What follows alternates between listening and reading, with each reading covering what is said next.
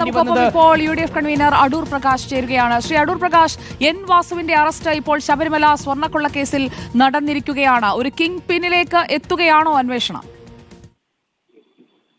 തീർച്ചയായിട്ടും ഈ അന്വേഷണവുമായി ബന്ധപ്പെട്ടുകൊണ്ട് ഉന്നതന്മാരായിട്ടുള്ള പല ആളുകളും അതിന്റെ പിന്നിൽ പ്രവർത്തിച്ചിട്ടുണ്ട് എന്ന് പൊതുജനങ്ങളെ സംബന്ധിച്ചിടത്തോളം അറിയുവാനുള്ള ഒരു അവസരമാക്കി മാറ്റിയെടുത്തിരിക്കുകയാണ്.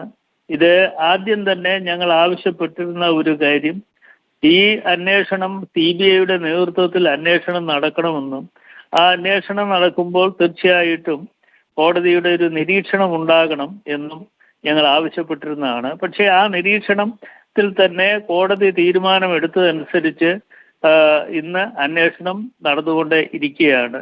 ആ അന്വേഷണത്തിൽ 2 തവണ ദേവസ്വത്തിന്റെ കമ്മീഷനായി പ്രവർത്തിച്ച ശ്രീ വാസുവിനെ സംബന്ധിച്ചിടത്തോളം അതിനുശേഷം അദ്ദേഹം ദേവസ്വം ബോർഡ് പ്രസിഡന്റായും മറ്റും പ്രവർത്തിച്ച കാര്യങ്ങൾ ഒക്കെ തന്നെ നമുക്ക് എല്ലാവർക്കും അറിയാവുന്നതാണ്.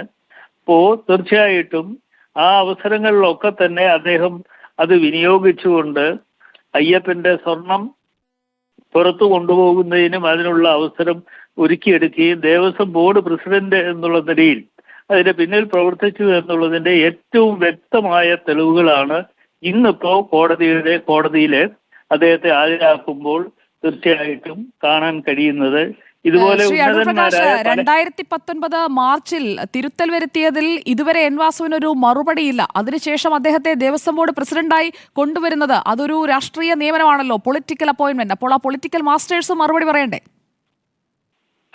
ഞങ്ങൾ അത് തന്നെയാണ് പറയുന്നത്. പൊളിറ്റിക്കൽ മാസ്റ്റേഴ്സ് ഇക്കാര്യത്തിൽ മറുപടി പറയേണ്ടതായിട്ടുണ്ട്. തീർച്ചയായിട്ടും അദ്ദേഹത്തെ പോലെയുള്ള നിരവധി ആളുകൾ, അതിനുശേഷം വന്ന ദേവസ്വം ബോർഡ് പ്രസിഡന്റുമാരുണ്ട്, ഇപ്പോൾ വന്ന ദേവസ്വം ബോർഡ് പ്രസിഡന്റുണ്ട്. വീണ്ടും അദ്ദേഹത്തിന് കാലാവധി വർദ്ധിപ്പിച്ചു കൊടുക്കുവാനുള്ള തീരുമാനം എടുക്കാൻ പോകുന്ന അവസരത്തിലും ഞങ്ങൾ അപ്പോൾ തന്നെ പറഞ്ഞു ഇത് ശരിയല്ല എന്ന് പറയുകയുണ്ടായി. എന്തായാലും ഇത്തരം കാര്യങ്ങൾ ഇന്ന് കോടതിയുടെ നിരീക്ഷണത്തിലാണ് ഇക്കാര്യങ്ങൾ നടന്നുകൊണ്ടിരിക്കുന്നത്. ബഹുമാനപ്പെട്ട കോടതിയുടെ നിരീക്ഷണത്തിൽ ഇക്കാര്യങ്ങൾ കൃത്യമായും പോകണം എന്നുള്ളത് തന്നെയാണ് ഞങ്ങളുടെ അഭിപ്രായം. ഓക്കെ, വളരെ നന്ദി ശ്രീ അടൂർ പ്രകാശ് റിപ്പോർട്ടറിനോട് പ്രതികരിച്ചതിന്. രാഷ്ട്രീയമായി ഈ വിഷയം ചർച്ചയാകുമെന്നുള്ളത് ഉറപ്പാണ്. സ്വർണം ചെമ്പാക്കി മാറ്റിയവർ അവർ ശിക്ഷിക്കപ്പെടേണ്ടേ? ശിക്ഷിക്കപ്പെടുമെന്ന് നമുക്ക് പ്രതീക്ഷിക്കാം. തിരിച്ചെത്താം.